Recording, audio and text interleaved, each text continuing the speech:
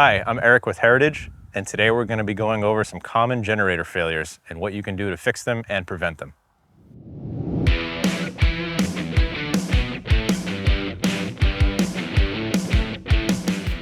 Here at Heritage, we're a Generac authorized dealer, and so we'll be working on one today. This is a 22 kilowatt unit, and we'll take it from there.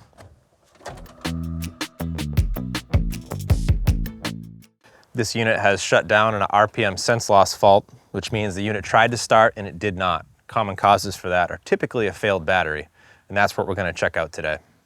So we've cleared the fault codes. We'll try and start it again manually.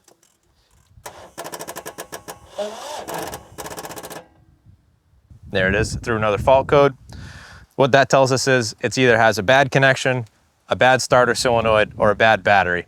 And we'll always start with the battery. That's the #1 likely cause.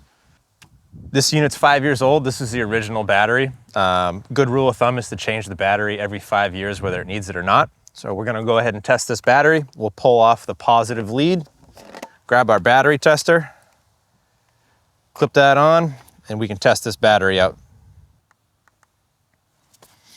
This is a 530 amp battery. It's currently producing 74 amps, which is 2% state of health, 98% state of charge. This battery has failed, so we will go ahead and replace it with a new one. So we'll be putting a brand new battery in. Go ahead and slide that in there. This is a 26R frame, which is standard for Generacs. And when we're putting the battery in, we'll always put our positive lead on first and get that tightened up. Otherwise, if the battery's grounded, you could arc and spark off some parts in here. So we'll get that taken care of. So now that we've replaced the battery in this unit, we can go ahead and clear the fault code. On a Generac, you're going to be hitting off, then enter to clear the controller. Refer to your owner's manual if you have a different brand. They could all be different. So we can go ahead and clear that.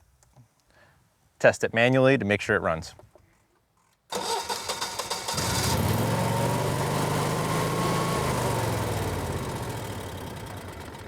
All set. Another common failure is low oil pressure. These units are equipped with oil pressure sensors. This is currently displaying that, and it's typically two things. It's either a failed oil pump and or sensor, or it's just low on oil. Preventative maintenance can stop you from running out of oil, but if it does have a failed component, that will need to be replaced. If it's an oil pump, the engine will need to be replaced. We'll go ahead and check the oil in this unit. Pull your dipstick out, wipe it off, insert it back in all the way, and then pull it back out. Check the oil level, looks good.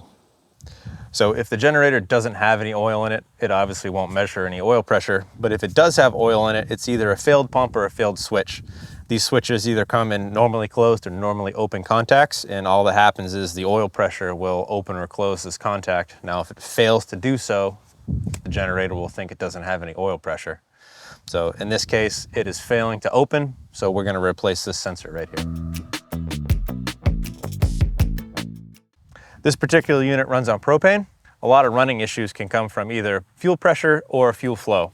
So Generacs are gonna want somewhere around 11.5 inches of water column. And on this particular unit, we have two test ports, one to test static pressure and one to test running pressure. So we'll start with static, see where it lands.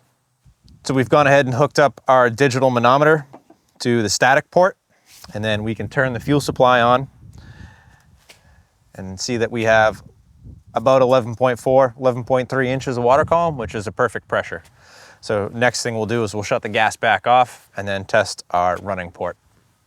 So we've gone ahead and hooked our gauge up to our running port on the regulator, and we can go ahead and turn the fuel back on, run the generator to get our reading.